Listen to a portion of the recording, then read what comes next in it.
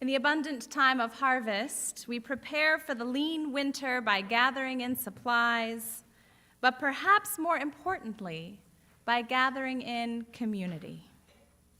I see it over and over again in my life that when things feel scarce, tenuous, or precarious, it is not mostly things that ground and center me again. It is mostly always my relationships with people and the earth. At harvest time, we feast, and so feasting, we invest in our connections with one another and with the earth by breaking bread together, by sharing sustenance together, by nourishing one another, very literally. One way we build those connections is through the art of blessing. The word blessing comes from an ancient Celtic word, which essentially means to make sacred. And I think there is nothing more important than making sacred our view of those around us. Tomorrow, we mark the annual Trans Day of Remembrance, which remembers all those lives lost to transphobic hatred and violence, lost to the failure to see one another's sacredness. And of course, we live in a world that has violent conflict spiraling all around us. We particularly think of those suffering in Sudan and in Palestine, and we feel deep sorrow over the failure to see one another as sacred, to see each life as sacred.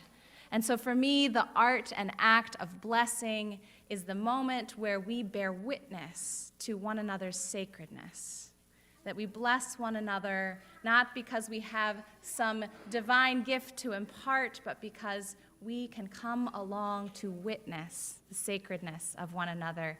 And each year in the past, we have had our harvest service where we have given out cornbread, and I have gotten to bless every single person who comes up to receive a muffin and to look them in the eye and be grateful for the sacredness of their life. And it is a truly profound gift that I have received each year to be able to witness blessing and the sacredness of one another. And this year, we've decided, why keep that all to ourselves? And so this year, when we come to the time of sharing our feast, we're actually going to ask you to bless one another in a line, in a chain, passing the blessing back each to each to each, so that Jamila and I are no longer hoarding the beautiful gift of getting to truly see and witness one another's sacredness, probably more in keeping with our polity anyways, the priesthood of all believers. And so I've noticed that when I give and receive blessing, I feel more connected with you and more deeply woven into the fabric of life. I feel seen at a level far deeper than physical sight. And I want that for everyone, that deep weaving into the fabric of life, that deep feeling of being witnessed. The poet and Irish monastic John O'Donoghue wrote a book of blessings that's just beautiful, and in it he defined the art of blessing extensively. In one section he wrote, "It would be lovely if we could rediscover our power to bless one another. I believe each of us can bless. When a blessing is invoked, it changes the atmosphere. Some of the plenitude flows into our hearts from the invisible neighborhood of loving kindness. In the light and reverence of blessing," he writes, "a person or situation becomes illuminated in a completely new way. In a dead wall, a new window opens. In dense darkness, a path starts to glimmer. And into a broken heart, healing may fall like morning dew." He says, "The quiet, eternal that dwells in our souls is silent and subtle. But in the activity of blessing, it emerges to embrace and nurture us. Let us begin to learn how to bless one another." And so how do we do this very practically? For me, blessing means coming alongside someone in their need with rigorous presence, bearing witness and speaking wholeness by literally asking their need. And so I had a practice during the early years of COVID where I would do Facebook posts where I said, post your need, and I'll reply with a blessing. And that was really important to me because we don't bless people kind of randomly out of thin air and out of relationship, but really particularly in our relationship with one another. And when we receive blessing, we don't just want some random impersonal wish for our well-being. We want something deeply attuned to who we are in the fabric of life. And so often what giving a blessing looks like is asking someone what they need and then reflecting it back to them with deep presence for their wholeness and sacredness. Asking what they need and then replying, may you have whatever you just said you needed. And so in a moment, we're going to practice that together, and I'm going to model and give some examples. But first, I'd like to invite us to call down and invoke the spirit of blessing with a song that I learned from a colleague recently. And so I'm going to teach that to you now, and then we'll take a moment to practice together. So I'm going to have you listen to me one time, and then sing back to me the verse. So it goes like this.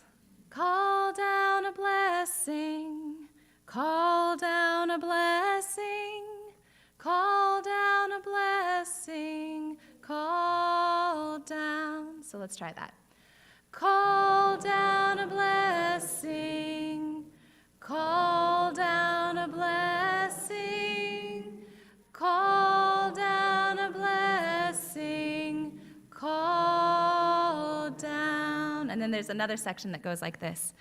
Joy before us, joy behind us, joy within us and around us. So let's try that.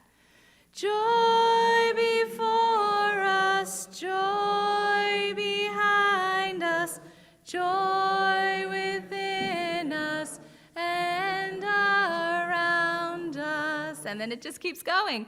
Call down a blessing, call down a blessing, call down a blessing, call down love.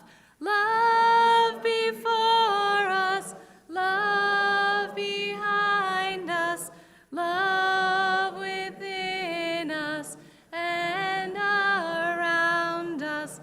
Call down a blessing, call down a blessing, call down a blessing, call down.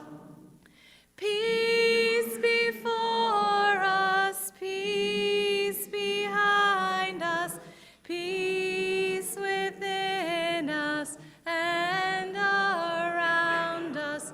Call down a blessing, call down a blessing, call down a blessing, call down. Let's do that one more time.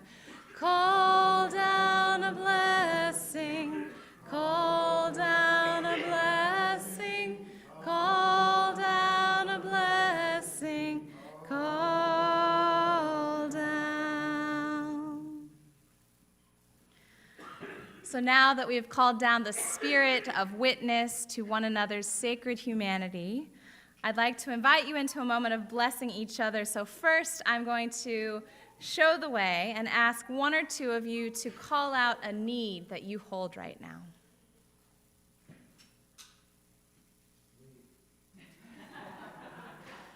Someone needs sleep. And so you can just say, may you find sleep. If you want to try and get a little poetic, you could say something like, may the spirit of rest come to pull you down into the deep relief of slumber. One more need.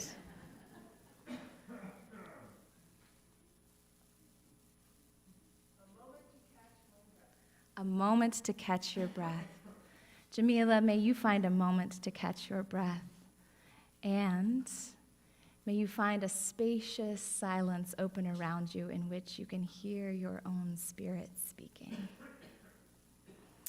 So now, I'd like to invite you to turn to one another. Feel free to do the simple way.